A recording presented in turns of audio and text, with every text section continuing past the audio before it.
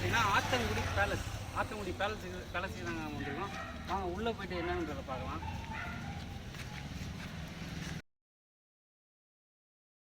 Sir, you which country? You which country? தாய்லாந்தா? Oh, இத்தாலியா? Oh, Italy. Oh, okay okay okay. இன்னைக்கு எங்கே வந்திருக்கோம் அப்படின்னா ஆத்தங்குடி பேலஸ். காரைக்குடி அந்த சரௌண்டிங்லேயே வந்து செட்டிநாடு வீடுகள்லாம் கொஞ்சம் பிரம்மாண்டமாகவும் அழகாகவும் இருக்குது. அதுலேயும் ஃபேமஸான ஒரு வீடு.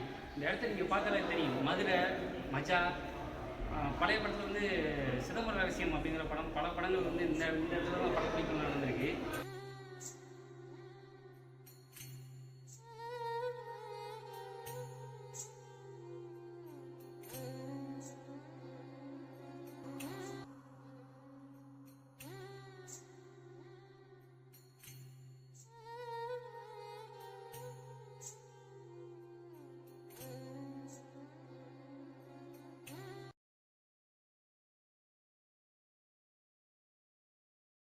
இதில் வந்து 600 ஜன்னல்கள் இருக்குது. 600 ஜன்னல்கள். அதே போல் மரங்கள்லாம் வந்து பார்த்திங்கன்னா பர்மாவிலேருந்து இங்கே வந்து மரங்கள் இறக்கியிருக்காங்க. அதே போல் இங்கே உள்ள டைல்ஸ் அப்படிங்கிறது வந்து ஒவ்வொன்றும் ஒவ்வொரு நாட்டிலேருந்து இறக்கப்பட்டிருக்கு.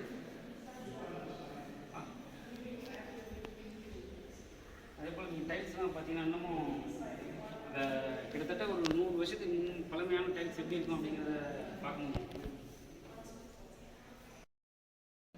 கிட்டத்தட்ட 600 ஜன்னல் அப்படின்னா அந்த 600 ஜன்னலை சாத்துறதுக்கே அது ஒரு டைம் ஆயிருங்க. ஏன்னா ஒவ்வொரு ஜன்னல் கிட்டத்தட்ட பார்த்திங்கன்னா எத்தனை ஒரு 2 மீட்ரு 2.5 மீட்டருக்கு ஒவ்வொரு ஜன்னல் இருக்குது. இந்த இடம் உங்கள் எல்லாருக்குமே நான் ஞாபகம் இருக்குன்னு நினைக்கிறேன். பல படங்களில் இந்த இடம் வந்திருக்கு.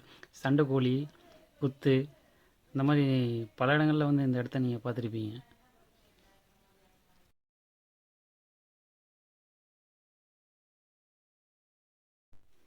மரங்கள் அனைத்து மரமுமே வந்து இங்கே பர்மா தேக்கு, முழுக்க பர்மாவிலேருந்து தேக்கு இறக்கி கட்டியிருக்காங்க. அதே போல் வந்து ரூப்பு வந்து இங்கே மரத்தாலேயே செஞ்சு நிற்க வச்சுருக்காங்க. அதான் பெரிய ஒரு விஷயம். இப்போ உள்ள காலகட்டங்கள் மாதிரி இல்லாமல் மரத்தாலேயே கட்டினது வந்து பெரிய ஒரு விஷயம்.